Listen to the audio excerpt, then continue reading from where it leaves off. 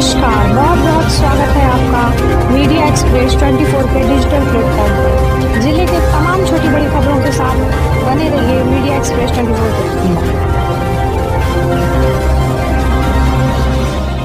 पर। बांका जिले में बारिश के बिना किसानों के चेहरे मुरझाने लगे हैं। जुलाई माह में आसमान से बरस रहे इस आग से हजारों एकड़ भूमि पर धान की खेती प्रभावित हो रही है।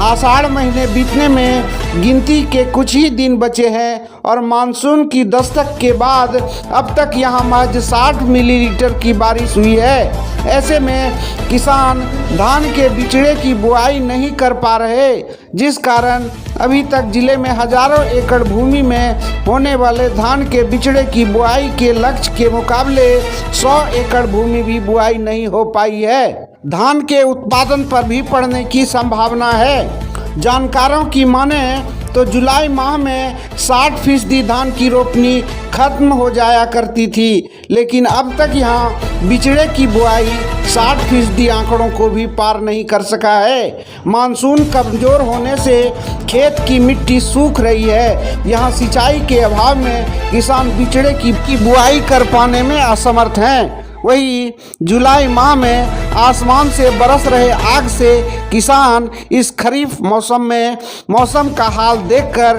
धान की फसल से उम्मीद नहीं कर पा रहे, जिससे किसानों के चेहरे मुरझा गए हैं।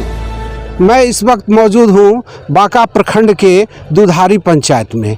सचमुच में जो ईश्वरीय लीला है उसका एक सजीव उदाहरण मैं आपको दिखाना चाहता हूँ। किसान किस रूप में परेशान हैं, जो बिचड़ा उनका जल रहा है। इस तेज धूप के कारण बारिश नहीं हो रही है। सरकार की योजना किसानों के लिए हर समय हर पल तैयार है, सजग है सरकार किसानों को जागरूक करने के लिए।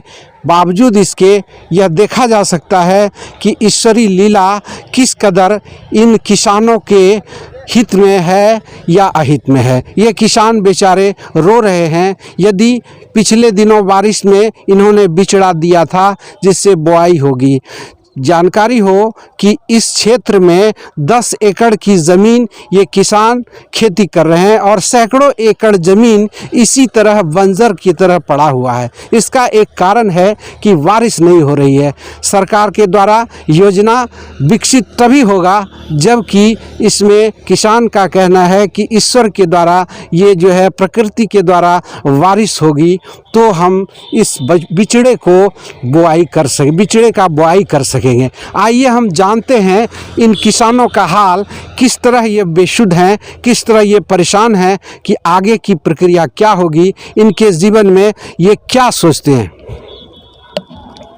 क्या नाम हुआ आपका? राजीव रंजन। राजीव रंजन, क्या स्थिति है ये आपके साथ? ये तो एकदम पूरा सुखाड़ है। तो ये कितना एकड़ जमीन पर आपने खेती किया? 10 एकड़। 10 एकड़।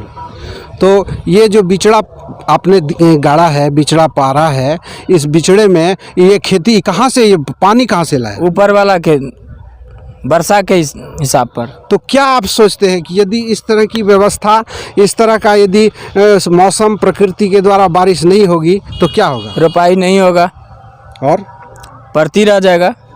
परती रह जाएगा। आप क्या सोचते हैं कि क्या आपके साथ के क्या मजबूरियां हैं? वही मजबूरी है जो भगवान भरोसे है, और भगवान नहीं पड़ेगा तो हम लोग क्या करेंगे। सरकार के द्वारा जो किसानों को लाभ मिलता है, जो योजना मिलती है, उसके लिए आपका क्या कहना है कि क्या कितना प्रतिशत आप ले पाते हैं? जो दे दे।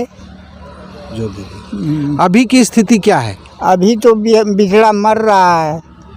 बिचड़ा मर रहा है। आप बताएं, क्या नाम हुआ आपका? हमारा नाम हुआ पुनेश्वर मंडल। पुनेश्वर मंडल जी, बताइए कि ये बिचड़ा कैसे आपने पारा है? ये तो भगवान भरोसा खेती होता है, यहाँ कोई साधन नहीं है। तो क्या इस तरह की स्थिति यदि प्रकृति के द्वारा बारिश नहीं हुई तो क्या होगा? पड़ती रहेगा और क्या होगा। पड़ती रहेगा।